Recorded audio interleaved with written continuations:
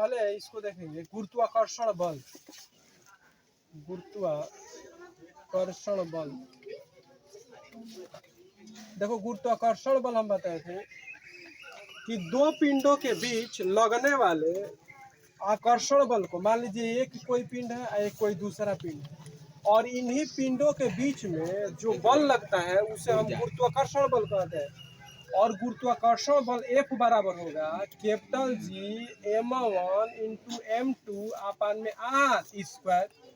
जहाँ देखिए हम बताए थे, ये मान लीजिए कि ये पहला पिंड है, तो पहले पिंड का द्रव्यमान m1 और दूसरे पिंड का द्रव्यमान m2, और इनके बीच की दूरी ये r है। तो गुरुत्वाकर्षण बल F बराबर कैपिटल G m1 m2 बटा में r स्क्वायर।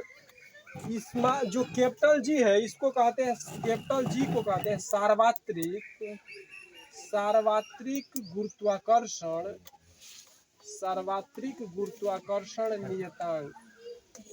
इसका मान आप देखेंगे तो कहीं नहीं बदलता है, इसका हर एक जगह मान समान।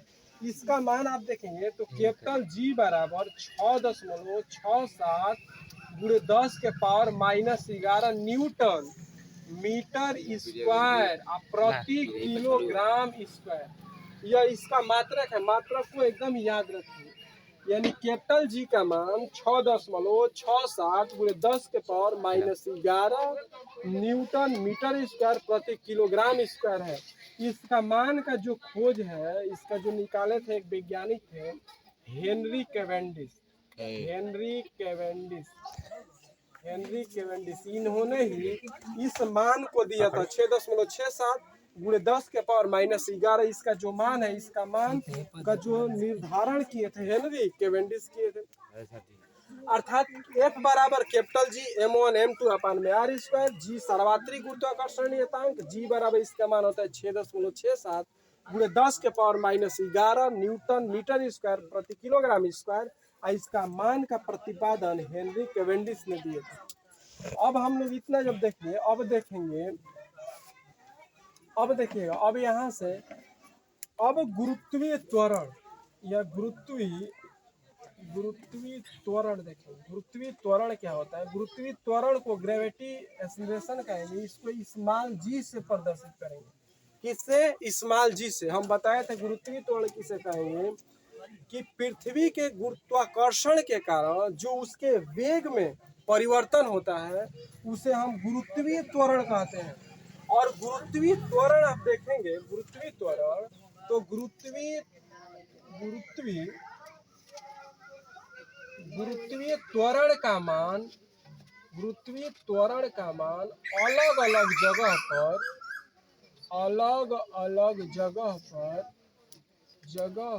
अलग अलग होता है। अलग अलग जगह पर अलग अलग होता है। इसका मान फिक्स नहीं होता, लेकिन कैपिटल G का मान फिक्स है और स्मॉल g का मान कहीं फिक्स नहीं होता। पृथ्वी पर अलग अलग ग्रहों पे अलग अलग होगा। पृथ्वी तल पर आप देखेंगे G का मान, तो G बराबर होता है 9.8 मीटर प्रति सेकेंड स्क्वायर, क्योंकि त्वरण है।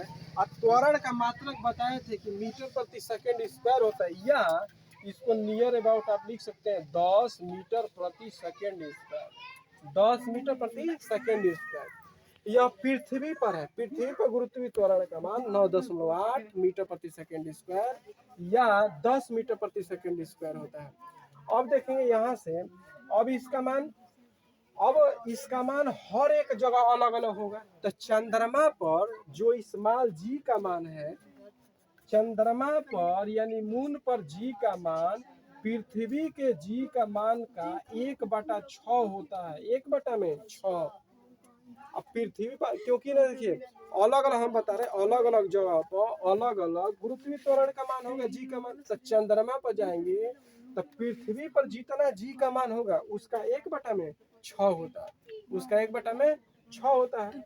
और भी देखेंगे गुरुत्वीय त्वरण से कुछ क्वेश्चन देखिएगा। गुरुत्वीय त्वरण से पूछा जाता है कि गुरुत्वीय त्वरण हर जगह बदलता रहता है। गुरुत्वीय त्वरण का मात्रक आप देखेंगे तो मीटर प्रति सेकेंड स्क्वायर, अर्थात 9.8 मीटर प्रति सेकेंड स्क्वायर या 10 मीटर प्रति सेकेंड स्क्वायर, ये चीज।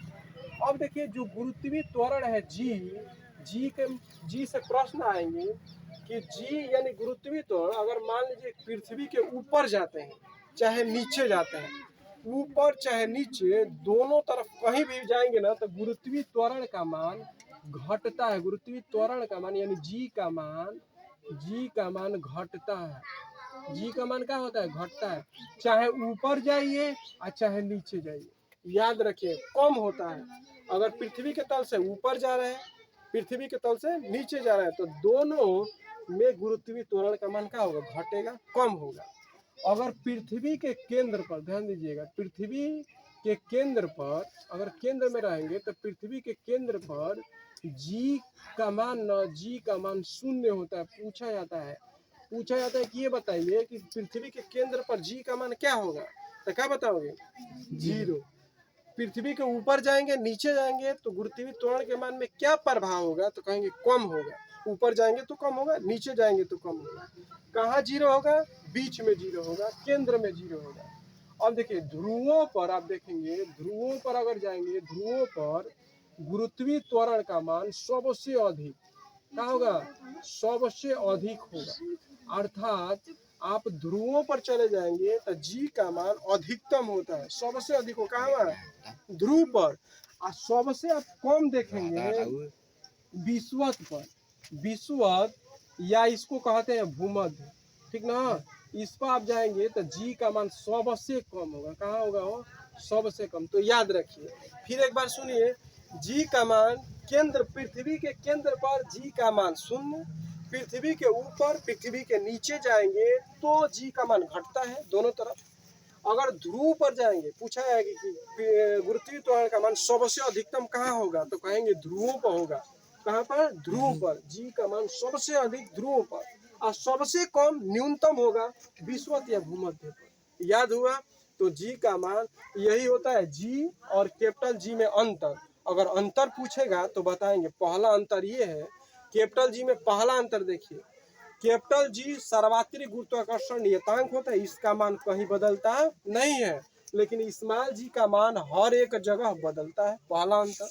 दूसरा कहेंगे कैपिटल जी का मात्रक न्यूटन मीटर स्क्वायर प्रति किलोग्राम स्क्वायर होता है, लेकिन स्मॉल जी का मान केवल 9.8 मीटर प्रति सेकेंड स्क्वायर या 10 मीटर प्रति सेकेंड स्क्वायर होता है।